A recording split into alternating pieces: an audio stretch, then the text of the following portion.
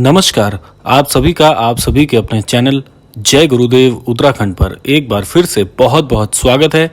आशा करते हैं कि आप और आपके परिजन सभी स्वस्थ होंगे। इसी कामना के साथ बढ़ते हैं आज के अद्भुत क्रमांक की ओर। जैसे कि आप सभी जानते ही हैं कि दीपावली का शुभ सप्ताह अब कुछ ही दिनों के बाद प्रारंभ होने वाला है, तो धन की कामना रखने वाले अनन्य भक्तों के लिए आज के इस क्रमांक में 4 ऐसे मुख्य उपाय हमने शामिल किए हैं जिनका अनुसरण करने से आपको विशिष्ट लाभ तो देखने को मिलेंगे ही, साथ साथ में आपको ईश्वरी कृपा भी अवश्य प्राप्त होगी। इन 4 उपायों को बड़े ध्यान से आप सुनिएगा, किसी भी उपाय को आप छोड़िएगा मत, क्योंकि इनमें से एक उपाय श्री महाराज जी से भी संबंधित है। तो आइए बढ़ते हैं आज के इस अद्भुत क्रमांक की ओर। बात कर लेते हैं क्रमबद्ध तरीके से उन 4 उपायों के लिए जो कि आपको करने हैं। तो बात कर लेते हैं पहले उस उपाय की जो कि आपको करना है।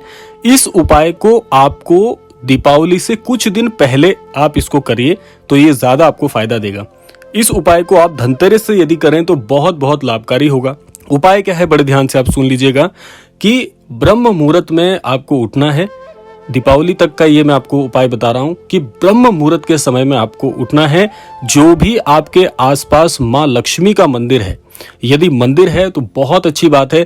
यदि मंदिर नहीं है तो आप एक काम ये कर सकते हैं कि जिस दिन आप अपनी दीपावली की खरीदारी करते हैं, जैसे धनतेरस में आप बाजार जाकर घर के लिए सामान खरीदते हैं, तो उस दिन यदि धनतेरस से आप इसको प्रारंभ करें तो धनतेरस में आप माँ लक्ष्मी की और श्री गणेश जी की विग्रह को आप अपने मंदिर स्थान में स्थापित कीजिएगा और तब ये उपाय आप दीपावली तक कर सकते हैं। अब उपाय क्या है, बड़े ध्यान से इसको आप समझिएगा कि जहां पर अपने मंदिर स्थान में आप मां लक्ष्मी और श्री गणेश जी की विग्रह को स्थापित करेंगे, वहां पर आपको जैसे आप पूजा करते हैं सामान्य पूजा आपने करनी है।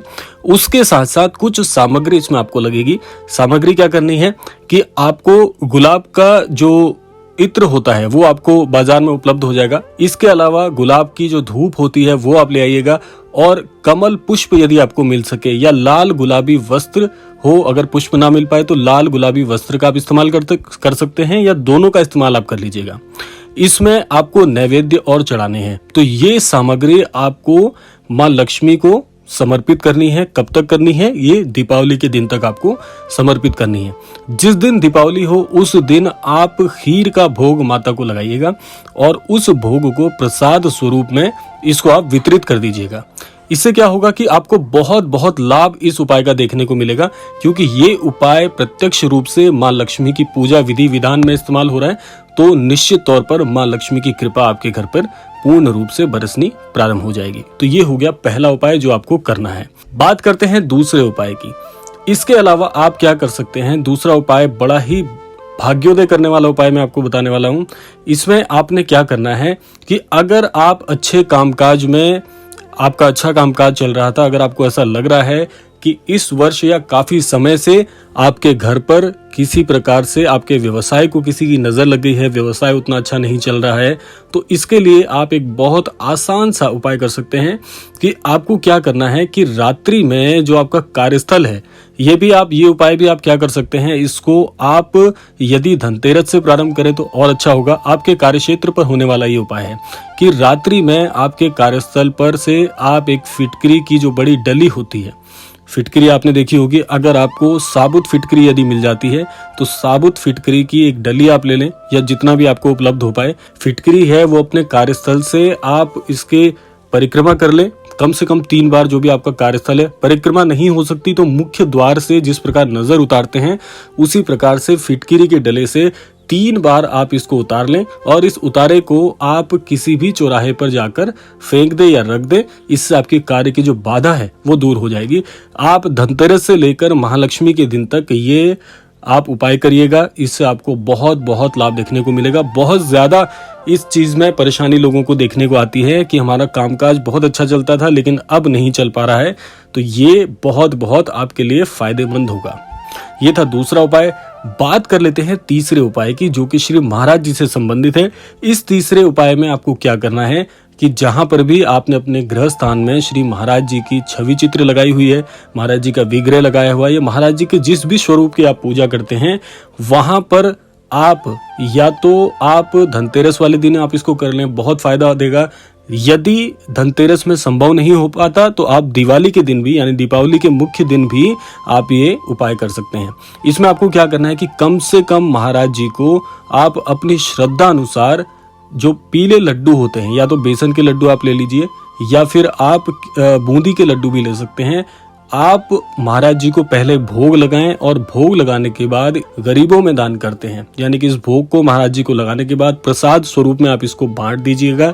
जितना ज्यादा वितरण आप इसका करेंगे उतना ज्यादा आपको लाभ होगा, क्योंकि आप सोचिए कि इस मुख्य दिन आप स्वयं श्री महाराज जी की जो मुख्य सेवा वाली जो शिक्षा है उसको पूर्ण कर रहे हैं। महाराज जी को बहुत बहुत खुशी मिलेगी। तो ये कार्य आप करें, इससे महाराज जी की विशिष्ट कृपा आपको अवश्य प्राप्त होगी। और ये व्यक्तिगत किया हुआ उपाय है, इससे बहुत लाभ आपको देखने को अवश्य मिलेगा। आप इसको प्रसाद स्वरूप में बांटिएगा। तो ये हो गए 3 उपाय। अब बात करते हैं चौथे मुख्य उपाय के बारे में। चौथे उपाय में आपको क्या करना है कि आपने हल्दी के विषय में अवश्य सुना होगा। हल्दी जो है वो सदैव शुभ कार्यों में अवश्य इस्तेमाल होती है। तो आपको साबुत हल्दी की कम से कम 7 गांठें लेनी है। उन 7 गांठों को आपको एक लाल नए कपड़े में बांधकर, पहले तो महालक्ष्मी वाले दिन आप इसको करिए, जो दीपावली का मुख्य दिन होता है। उस दिन जब लक्ष्मी माँ की पूजा होती है तो इन 7 गांठों को लाल कपड़े पर रख कर पहले इनकी पूजा कर लीजिए। जब महालक्ष्मी की पूजा हो जाती है, संपन्न कर लेते हैं जब पूजा, उसके बाद आप इसको लाल कपड़े में 7 गांठें ही बांधकर अपने जो धन कोष का जो स्थान होता है, जिसे तिजोरी कहते हैं, या जहां पर भी धन आप रखते हैं वहां पर आप इसको रख दीजिएगा। इससे पूरे साल भर आपके घर में धन की आवृत्ति बनी रहेगी। अटके हुए जो धन की समस्याएं होती हैं वो पूरी तरह से उसका निस्तारण होगा और नए नए धन के स्रोत आपको देखने को मिलेंगे। बहुत बहुत लाभकारी, बहुत चमत्कारिक ये चौथा उपाय है। इसको अगर आप कर लेते हैं, इसमें किसी प्रकार की भूल मत करिएगा। फिर से मैं बता दूं, 7 आपको हल्दी की गांठें लेनी है, पहले पूजा करनी है। पूजा संपन्न होने के बाद लाल कपड़े में 7 ही गांठ बांधकर इसको अपने मुख्य धन कोष के स्थान पर रखना है। और जब अगली दीपावली आएगी उस समय आप इन हल्दी की गांठों को बदल दीजिएगा। उसी प्रकार से इनको जो पुरानी वाली गांठें होंगी उसको आप किसी नदी या जल, जहां बहता हुआ जल होगा वहां पर उसको प्रवाहित कर दीजिएगा। और इन नई लक्ष्मी की के लिए जो आप हल्दी की गांठें हैं उनको आप बदल दीजिएगा पूरी तरह से। ये बहुत बहुत चमत्कारिक उपाय मैंने आपको बताया। ये चारों उपाय यदि आप इसी स्वरूप में करते हैं, बहुत बहुत लाभ को आप अर्जित करेंगे और धन की जो आपकी समस्याएं चली आ रही थी वो सारी समस्याओं से आपको इसका निवारण अवश्य प्राप्त होगा। तो ये था आज का अद्भुत क्रमांक। आशा करते हैं इस क्रमांक के माध्यम से अवश्य ही कुछ आप सीख पाए होंगे। इसी कामना के साथ समय आ गया है विदा लेने का। विदा लेने से पूर्व समय है प्रार्थना का। यही प्रार्थना करना चाहूंगा कि श्री महाराज जी सभी को सद्बुद्धि प्रदान करें, सभी को सन्मति प्रदान करें, इस संपूर्ण सृष्टि का, इस संपूर्ण लोक का कल्याण हो। इसी कामना के साथ विदा लेते हैं। मिलते हैं अगले क्रमांक में। तब तक के लिए जय श्री राम, जय गुरुदेव, जय उत्तराखंड।